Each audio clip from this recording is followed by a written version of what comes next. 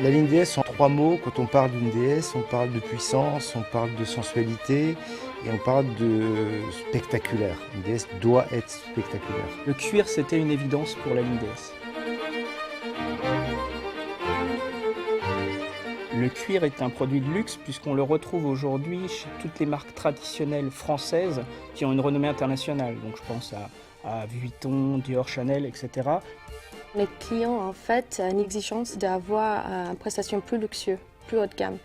Et on retrouve ce type de prestation dans le cuir. L'idée, c'est vraiment de chasser le matériau plastique qui est utilisé couramment dans l'automobile pour les parties structurelles, pour laisser place au matériau cuir qui est un matériau noble. On retrouve une odeur, un toucher, un aspect, un reflet tout simplement qu'on ne retrouve pas dans d'autres matières dans nos voitures. C'est pourquoi on va le retrouver sur les panneaux de porte, sur une planche de bord, sur la majorité des pièces de l'habitacle pour créer un effet visuel assez inédit aujourd'hui dans l'automobile.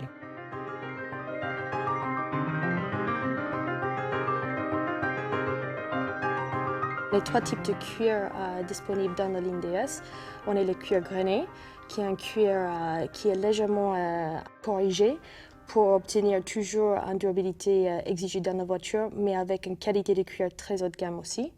Après, on a aussi un cuir Napa qui est plein de fleurs, donc ça veut dire qu'il n'y a absolument aucune correction qui est faite, avec une légère protection pigmentée qui nous permet d'avoir un aspect plus vif en couleur, mais surtout garder l'aspect cuir. Et aussi, on a un cuir séméline, qui est un traitement très léger aussi, surtout transparent et légèrement pigmenté. C'est le cuir le plus pur, en fait, on peut voir dans l'automobile.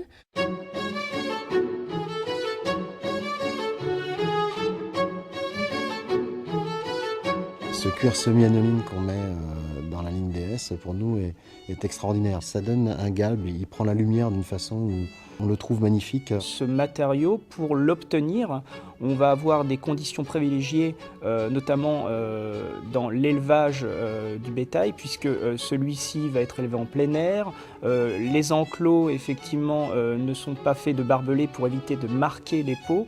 Et on va ainsi obtenir, en résultante, un cuir qui va avoir des propriétés particulières, donc le plus naturel possible, et qui va lui permettre de se patiner dans le temps avec une noblesse et faire qu'on crée aussi un produit qui va durer et rester de qualité.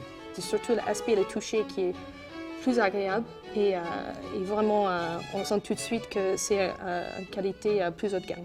La DS4, quand on voit la planche de bord avec toutes ses coutures, parfaitement posées, parfaitement alignées, si on n'a pas un cuir qui se travaille magnifiquement bien, c'est difficile à faire.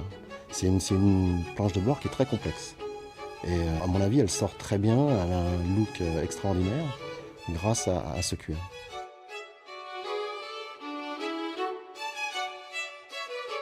Au-delà de ces très beaux cuirs, comme le sont les cuirs semi-anilines, le supplément d'âme, le plus qu'on va retrouver dans la ligne DS, chacune des silhouettes, c'est ce savoir-faire en termes de confection. On n'essaye pas de trouver des solutions qui nous amènent à faire de la quantité. On essaye plutôt de trouver des solutions qui sont là pour nous apporter de la qualité.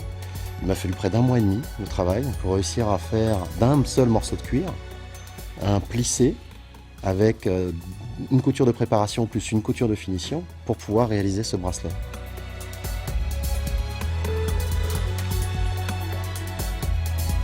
On est vraiment extrêmement fiers, de l'avoir inventé, d'avoir su le réaliser de manière artisanale avec nos équipes, et puis surtout d'avoir su le proposer au plus grand nombre, de l'industrialiser. On a en série actuellement effectivement un produit artisanal, vraiment issu d'un savoir-faire maison.